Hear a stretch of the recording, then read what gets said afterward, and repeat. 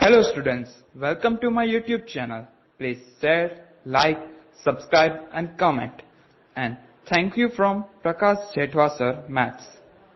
विद्यार्थी मित्रों, स्वाध्याय 7.1 एक्सरसाइज नंबर 4 चकासो के 5 - 2 6 4 અને 7 - 2 એ સમદ્વિ બાજુ ત્રિકોણના શિરોબિંદુઓ છે। વિદ્યાર્થી મિત્રો, અહીં ત્રણ ક્રમયુક્ત જોડ આપેલી છે, એક 5 - 2, બીજું 6 4 અને ત્રીજી જોડ છે 7 - 2। એ ત્રણ ત્રિકોણ આપણે ABC કહીએ તો એ સમદ્વિ બાજુ ત્રિકોણ હોય એવું આપણે બતાવવાનું છે।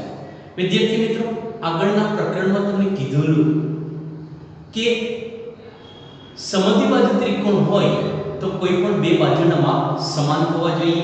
તો સૌથી પહેલા ધારી લે કે ધારો કે त्रिकोण ABC માં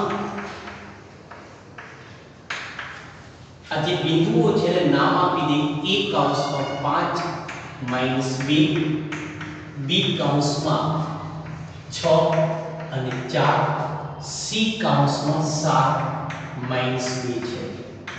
હવે ત્રણે ત્રણ બાજુઓ વિદ્યાર્થી મિત્રો આપણે શોધવાની છે। તો સૌથી પહેલા AB એનું માપ શોધીએ, એટલે કે AB² નું સૂત્ર જોતા જજો। AB એટલે કે પહેલું બીજું અને બીજું બિંદુ બંનેના એક્સિયમની બાદબાકી એટલે કે 5 - 6 એનો વર્ગ વત્તા બંનેના વાયામની બાદબાકી -2 - 4 -2 એમાંથી માઈનસ કરી 4, 5 માંથી 6 જાય તો 1, 1 નો વર્ગ 1 જ થશે વિદ્યાર્થી મિત્રો।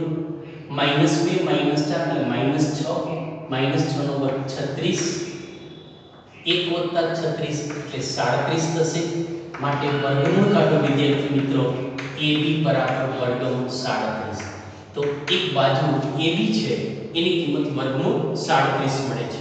હવે બીજી બાજુ જઈએ BC બાજુ, તો BC વર્ગ પહેલા શોધીએ।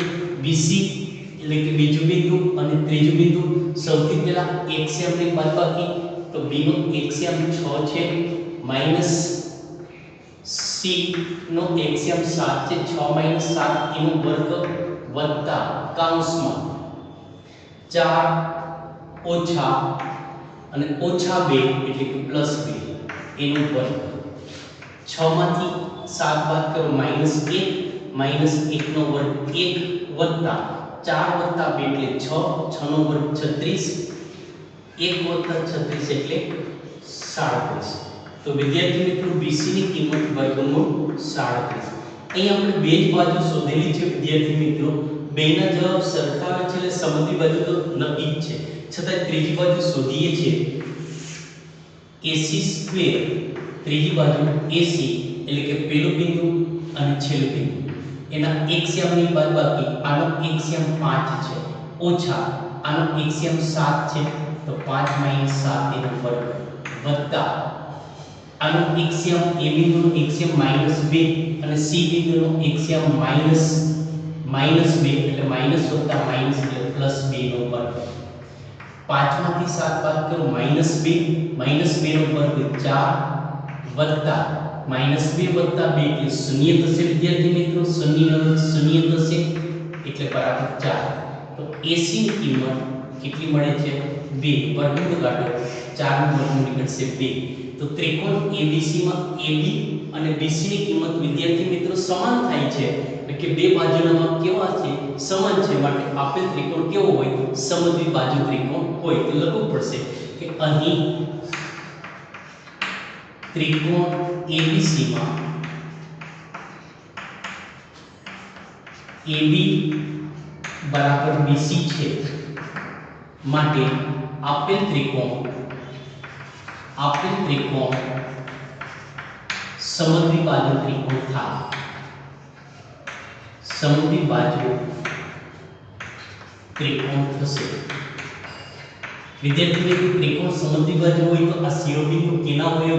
સમદ્વિ બાજુ ત્રિકોણના શિરોબિંદુ હોય। માટે આપેલ શિરોબિંદુઓ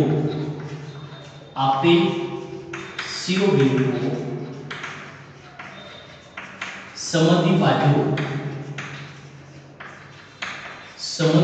ત્રિકોણના શિરોબિંદુઓ છે.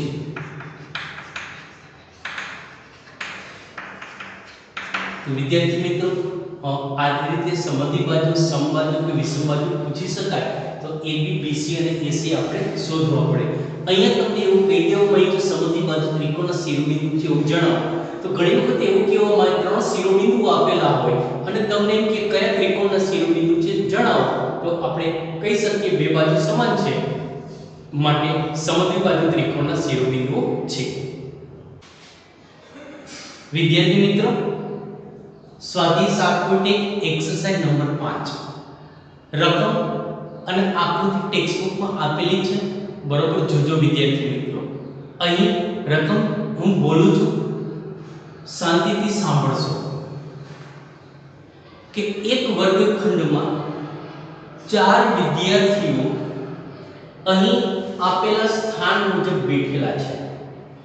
અહીંયા દેખાય છે કે A વિદ્યાર્થી અહીંયા છે, અહીંયા B વિદ્યાર્થી છે, અહીંયા C વિદ્યાર્થી છે અને અહીંયા D વિદ્યાર્થી છે. ચંપા અને ચમેલી એ વર્ગખંડની અંદર દાખલ થાય છે. ચંપા ચમેલીને કહે છે કે શું આ ચારે વિદ્યાર્થીઓ એક ચોરસ સ્વરૂપની અંદર બેઠા છે? હા કે ના? તો ચંપા સાચું બોલે છે કે ખોટું બોલે છે આપણે જણાવવાનું છે.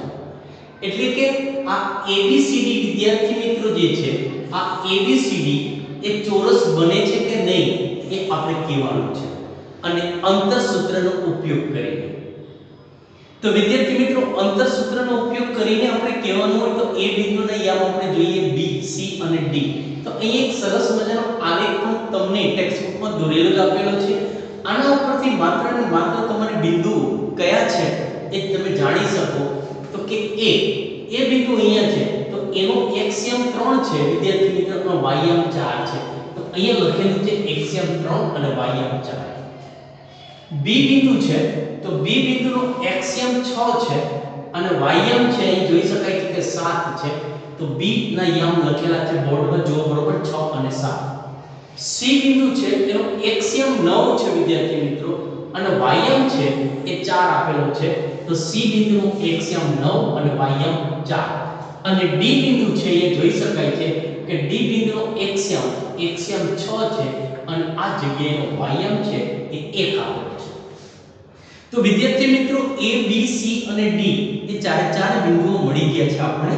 હવે આ ABCD ચોરસ છે કે નહીં એ આપણે જો બતાવવું હોય, સાબિત કરવું હોય તો અગાઉના ભાગમાં તમને માહિતી લખાવેલી હતી અને યાદ કરવાનું પણ કીધું હતું વિદ્યાર્થી મિત્રો કે ચોરસમાં ચારે બાજુના માપ એક તો સરખા થાય, એટલે કે AB, BC, CD અને AD એ ચારના માપ સરખા થાય.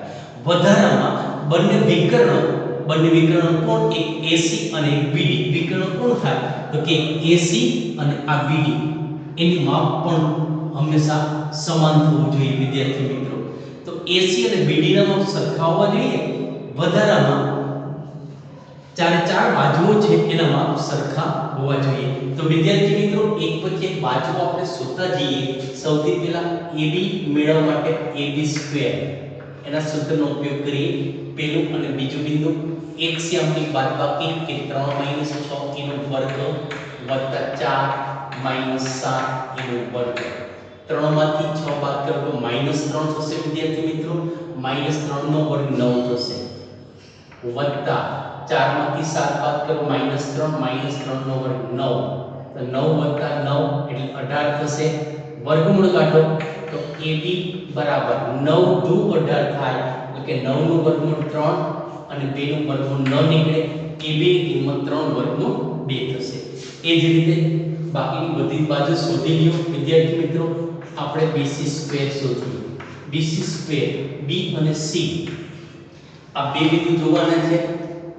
6 - 9 x યામની બાદબાકી એનો વર્ગ વત્તા y યામની બાદબાકી એનો વર્ગ.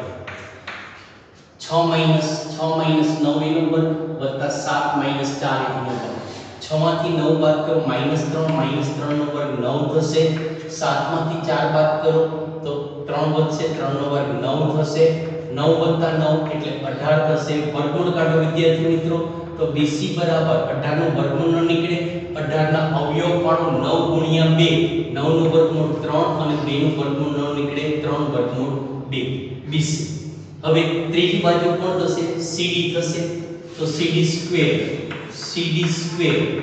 તો હવે આ બિંદુ બને તો CD એક્સ્યામની બાદબાકીનો વર્ગ એટલે કે 9 - 6 એનો વર્ગ વત્તા વાયામની બાદબાકીનો વર્ગ 4 - 1 એનો વર્ગ થશે 9 માંથી 6 બાદ કરો 3 3 નો વર્ગ 9 4 માંથી 1 બાદ કરો 3 3 નો વર્ગ 9 થશે 9 વત્તા 9 એટલે 18 થશે તો CD ની કિંમત પણ વિદ્યાર્થી મિત્રો 9 * 18 એટલે કે 3 વર્ગમૂળ 2 થશે હવે AB BC CD અને હવે શું થશે AD તો AD સ્ક્વેર AD એટલે પહેલું અને છેલ્લું બિંદુ તો પહેલો બિંદુનો એક્સ્યામ 3 છે અને છેલ્લા બિંદુનો એક્સ્યામ 6 છે 3 - 6 એનો વર્ગ વાયમ જો પહેલા બિંદુનો 4 છે બીજા બિંદુનો વાયમ 1 છે તો 4 - 1 એનો વર્ગ 3 માંથી 6 બાદ કરો -3 - 3 નો વર્ગ 9 4 માંથી 1 બાદ કરો 3 થશે 3 નો વર્ગ 9 9 વત્તા 9 એટલે 18 થશે વર્ગમૂળ કાઢો બંને બાજુ AD ની કિંમત 9 * 18 એટલે 3 વર્ગમૂળ 2 તો વિદ્યાર્થી મિત્રો જોઈ શકાય છે ચાર બાજુના માપ AB BC CD અને AD અહીં બોક્સ કરી નાખો આપણે ખબર પડે એટલા માટે આ AB નું માપ આ BC નું માપ આ CD નું માપ અને આ AD નું માપ ચાર બાજુના માપ સમાન આવે છે હજુ ચાર બાજુના માપ સમાન હોય તો ચોરસ ન કહી શકાય પણ હજુ બંને વિકર્ણો જે છે એ બે વિકર્ણોના માપ પણ સમાન આવવા જોઈએ સમાન એટલે કે બાજુઓ જેટલા નહીં પણ જે બે વિકર્ણો આપણે શોધીએ એ બંને વિકર્ણોના માપ સમાન હોવા જોઈએ તો વિકર્ણ કોણ થશે તો કે સામસામેના બિંદુ એક AC થશે અને એક BD થશે તો AC શોધીએ વિદ્યાર્થી મિત્રો આ AC બરાબર AC એટલે કે પહેલું બિંદુ અને ત્રીજું બિંદુ A એનો એક્સ્યામ 3 છે માઈનસ C નો એક્સ્યામ 9 છે 3 - 9 એનો વર્ગ વાયમ A બિંદુનો વાયમ 4 છે અને C બિંદુનો વાયમ પણ 4 જ છે એટલે 4 - 4 એનો વર્ગ વિદ્યાર્થીઓ 3 માંથી 9 બાદ કરો તો -6 - 6 નો વર્ગ 36 4 માંથી 4 બાદ કરો 0 થશે 0 નો વર્ગ 0 36 + 0 એટલે 36 થશે એટલે કે AC ની કિંમત વિદ્યાર્થી મિત્રો 6 થશે AC ની કિંમત કેટલી થશે 6 હવે આ એક વિકર્ણ થઈ ગયું AC હવે બીજો વિકર્ણ કયો શોધવાનો છે BD તો BD શોધીએ તો BD સ્ક્વેર બરાબર BD એટલે આ બીજું બિંદુ અને ચોથું બિંદુ બંનેના એક્સ્યામની બાદબાકીનો વર્ગ બંનેના એક્સ્યામ 6 છે એટલે 6 - 6 એનો વર્ગ વત્તા 7 - 1 એનો વર્ગ વાયમની બાદબાકીનો વર્ગ 7 - 1 એનો વર્ગ 6 માંથી 6 જાય તો 0 0 નો વર્ગ 0 થશે 7 માંથી 1 બાદ કરો તો 6 થશે 6 નો વર્ગ 36 0 વત્તા 36 બરાબર 36 તો BD ની કિંમત વિદ્યાર્થી મિત્રો વર્ગમૂળ કાઢો 36 નું વર્ગમૂળ 6 તો જોઈ શકાય છે ચતુષ્કોણ ABCD માં AB BC CD અને AD ના માપ સરખા છે કારણ કે 3 વર્ગમૂળ 2 મળ્યા છે વધારામાં બંને વિકર્ણો AC ની કિંમત પણ 6 છે અને BD ની કિંમત પણ છે એટલે કે બંને વિકર્ણોના માપ પણ કેવા છે સમાન છે માટે ABCD એ કેવો થશે ચોરસ થશે તો અહીં લખવું પડશે વિદ્યાર્થી મિત્રો કે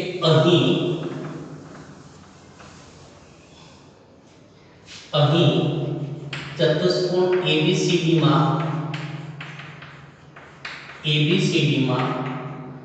AB બરાબર BC બરાબર CD બરાબર AD તથા આ ચારે બાજુ સરખી તથા બંને વિકર્ણો AC બરાબર BD હોવાથી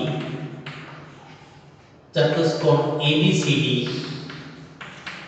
ચોરસ થશે તો વિદ્યાર્થી મિત્રો ચંપાએ કીધું તું ચોરસ છે કે નહીં, તો ચંપાની વાત કેવી છે? સાચી છે. આમ ચંપાની વાત સાચી છે. વિદ્યાર્થી મિત્રો તો અહીંયા આલેખથી તમારે બિંદુઓ મેળવવા પડતા હતા, એના ઉપરથી ચોરસ છે કે ચોરસ નથી એ તમારે નક્કી કરવાનું હતું. તો આ રીતે આપણે નક્કી કરી શકીએ. ચારે ચાર બાજુ સરખી, વધારામાં બંને વિકર્ણોના માપ કેવા હોવો જોઈએ? સમાન હોવા જોઈએ.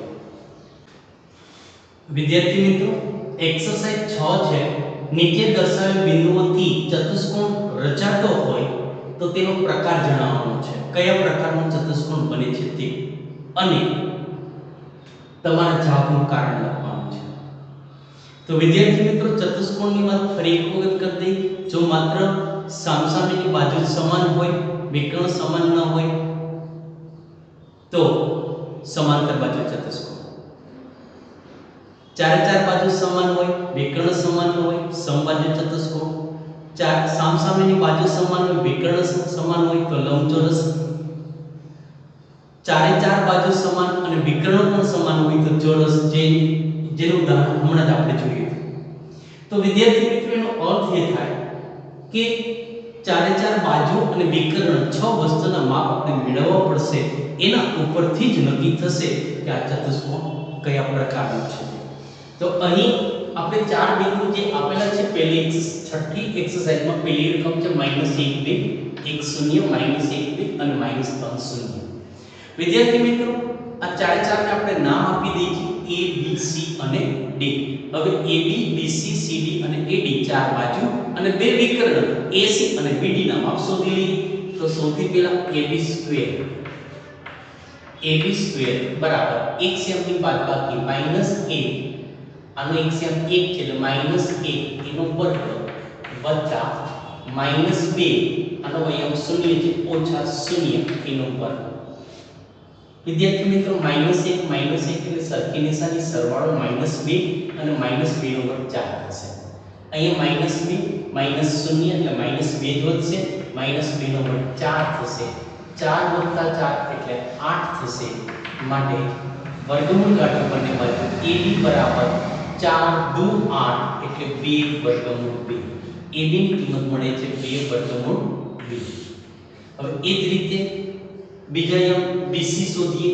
તો BC સ્ક્વેર બરાબર BC સ્ક્વેર B અને C બિંદુ બંનેના LCM એની બાદબાકી 1 -1 એટલે -1 એનો વર્ગ વત્તા 0 -2 y ની બાદબાકી એનો વર્ગ 0 -2 એનો વર્ગ 1 વત્તા 1 એટલે 2 નો વર્ગ 4 0 માંથી 2 બાદ કરો -2 નો વર્ગ 4 4 વત્તા 4 એટલે 8.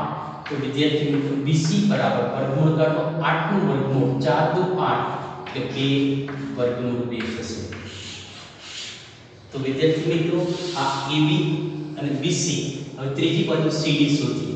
CD સ્ક્વેર તો C અને D અહીંયા બિંદુઓ છે. LCM ની બાદબાકી -1 -3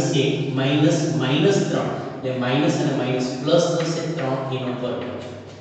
આ 2 ઓછા 0 એનો વર્ગ માઈનસ 1 વત્તા 3 એટલે 2 નો વર્ગ 4. 2 માંથી 0 બાદ કરો તો 2 જ રહેશે. 2 નો વર્ગ 4 થશે. 4 વત્તા 4 એટલે 8 થશે. તો CD બરાબર 4 દુ 8 એટલે 2 વર્ગમૂળ 2. CD ની કિંમત પણ આપણને 2 વર્ગમૂળ 2 જ મળે છે. તો AB BC CD મળી ગયા. હવે બાકી છે AD એટલે કે પહેલું અને છેલ્લું બિંદુ. તો AD સ્ક્વેર બરાબર AD એનો LCM -1 છે અને D નો LCM -3 છે એટલે માઈનસ અને માઈનસ પ્લસ 3 એનો વર્ગ વત્તા ym એ બિંદુનો ym -2 છે માઈનસ 0 D નો ym 0 એનો વર્ગ -1 વત્તા 3 એટલે 2 થશે. 2 નો વર્ગ 4 -2 ઓછા 0 એટલે -2 જ વધે એનો વર્ગ 4 થશે. 4 વત્તા 4 એટલે 8 થશે. વર્ગમૂળ કાઢો. AD બરાબર 4 દુ 8 એટલે 2 વર્ગમૂળ 2. વિદ્યાર્થી મિત્રો એ બી સી ડી ચાર ચાર બાજુના માપ આપણે મળી ગયા છે. હવે આપણે બે વિકર્ણના માપ શોધીએ. એસી સ્ક્વેર બરાબર, તો એસી એટલે પહેલું અને ત્રીજું બિંદુ, એના અહીંયા માઈનસ 1 છે. એક્સિયમ સી નું એક્સિયમ પણ માઈનસ 1 છે, તો માઈનસ અને માઈનસ પ્લસ 1 એનો પણ. એ બિંદુનો વાયમ માઈનસ 2 છે અને સી બિંદુનો વાયમ પણ વાયમ 2 છે, એટલે માઈનસ 2 અને માઈનસ 2 એનો વર્ગ. માઈનસ 1 વત્તા 1 એટલે 0 થશે, 0 નો વર્ગ 0 થશે.